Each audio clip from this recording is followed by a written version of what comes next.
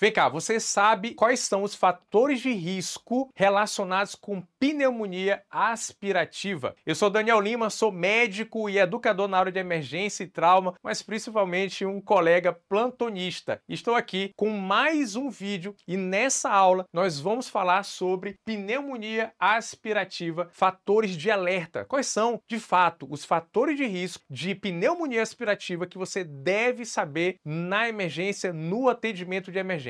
Pega papel e caneta e fica comigo aqui nos próximos minutos para mais uma aula de aplicação para a tua prática. Então vamos lá. Primeiro ponto aqui que eu destaco é que a pneumonia é uma das principais fontes infecciosas que inclusive é um dos principais focos de sepse. Sepse tem uma grande mortalidade mundial. Consequentemente, a morbimortalidade de pacientes com pneumonia, elas são consideráveis, de grande importância clínica. E a pneumonia aspirativa, ela tem que ser entendida como uma pneumonite relacionada com o acesso do conteúdo oral ou conteúdo gástrico através do refluxo que chega na via aérea, causando, portanto, ali a pneumonia aspirativa. É assim que se define a terminologia e o conceito de pneumonia aspirativa. Portanto, o objetivo desse vídeo, dessa aula, é a gente dominar e entender. Você vai ter essa capacidade de entender quais os fatores de risco para uma pneumonia aspirativa que podem acometer pacientes no cenário de emergência. Sabendo os fatores de risco, conhecendo, eu tenho condição de procurar fazer medidas para reduzir, portanto, os riscos de pneumonia aspirativa desses doentes. Vamos lá conhecer então? Então vamos lá. Turma, primeiro fator de risco que eu destaco aqui vai ser o doente com redução do nível de consciência. Muitos pacientes que atendemos na emergência têm rebaixamento e comprometimento do nível de consciência. E os fatores relacionados com isso podem ser, inclusive, uma sedação. Em um paciente mais agitado que você precisou fazer uma sedação no doente, então você coloca aquele paciente na possibilidade de ter, então, uma broncoaspiração e, consequentemente, uma pneumonia aspirativa. Tem que ficar atento em relação a isso. Inclusive, quando você vai fazer o manejo da via aérea do paciente, utilizando ali um indutor, um hipnótico, antes do bloqueador neuromuscular, dentro do contexto da intubação de sequência rápida ou sequência rápida de intubação. Inclusive, temos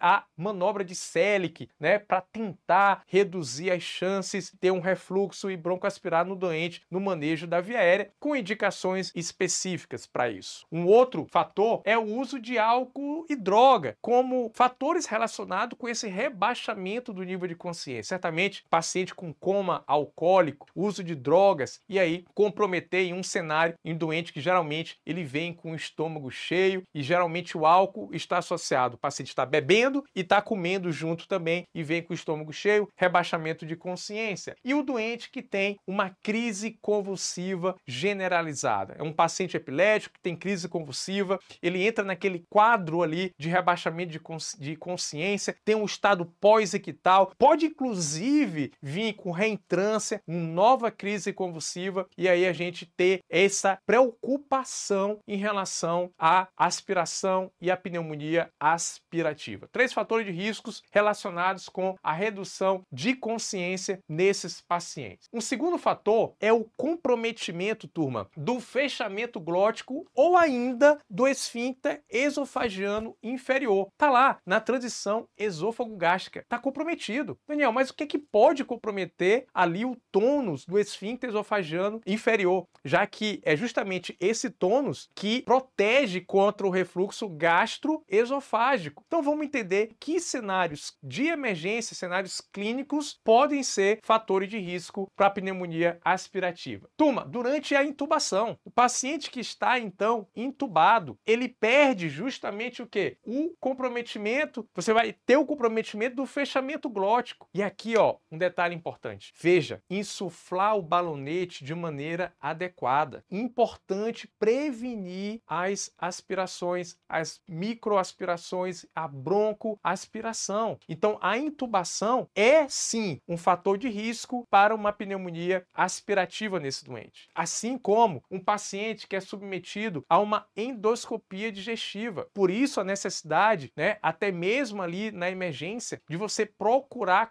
sempre quando possível, manter esse doente em jejum, ali avançando em jejum de 8 a 12 horas, a depender de cada caso, para poder fazer endoscopia e, óbvio, facilitar o exame, a visualização e reduzir os riscos de pneumonia aspirativa. E o doente que faz uso de algum dispositivo de sondagem, como uma sonda nasointeral, o doente com uma sonda nasogástrica. Veja, a passagem da sonda facilita que tenha o refluxo gastroesofágico, assim como também pode estar ali facilitando, né, a aspiração, a broncoaspiração de secreções orais, e aí levando à pneumonia aspirativa. No terceiro ponto da nossa aula, eu destaco o doente em parada cardíaca. Sim, de maneira presumida, nós temos a possibilidade de ter uma pneumonia aspirativa em um doente que está em PCR. Turma, olha só o que eu vou destacar aqui. Presta bem atenção, tá? Veja, o doente que está em PCR recebendo as compressões torácicas, turma, isso aumenta a possibilidade do doente ter um refluxo. As compressões torácicas, paciente com estômago cheio, não que vai fazer a compressão na região epigástrica, óbvio que não, mas que isso pode estar levando a um risco adicional. É um doente que não tem reflexo. Cadê o reflexo de deglutição, de tosse desse paciente? Não tem. Assim como tem o doente com rebaixamento de consciência, ele tem a redução dos seus reflexos. Aqui não vai ter reflexo. E um outro detalhe, o doente que está recebendo o quê? A ventilação, com a BVM, 30 compressões, 2 ventilações. E essa ventilação, se ela for feita de maneira excessiva, ela avança para o esôfago, alcançando o estômago e aí facilitando que tenha o refluxo. Então, de maneira presumida, nós já temos grande chance de uma pneumonia por aspiração em um paciente em parada cardíaca. Então, muito atento para esses fatores de risco para a pneumonia aspirativa. E um detalhe adicional que eu reforço aqui: os pacientes acamados, idosos de maneira específica, os pacientes idosos seculados de AVC, doenças neurovegetativas, pacientes senis que estão ali em terapia para tratamentos crônicos, esses doentes idosos, máximo de cuidado que nós temos que ter, cabeceira elevada e outras medidas para reduzir o risco de pneumonia aspirativa desses pacientes. Entendendo os fatores, você vai conseguir potencializar o teu atendimento, reconhecendo e procurando reduzir as chances de pneumonia aspirativa para o teu atendimento e, consequentemente, fazer um atendimento de sucesso e um plantão mais seguro e consciente na emergência. Se você gostou dessa aula, desse vídeo, clica no joinha e já sabe, te inscreve no canal para você receber as notificações a cada conteúdo novo que for disponibilizado aqui no canal do YouTube. E eu te convido a ser um assinante e meu aluno na plataforma Bora Salvar 24/7. Um ambiente digital educacional voltado para médicos e estudantes de medicina dominarem os plantões com segurança e consciência. Temas voltados para a emergência e o trauma com quem vive no dia a dia a emergência dos plantões na assistência. Se atualize e aplique tudo na prática lá na plataforma Bora Salvar 24/7. O link está descrito aqui abaixo desse vídeo. E já sabe, o convite sempre é o Bora Salvar. Tchau, tchau!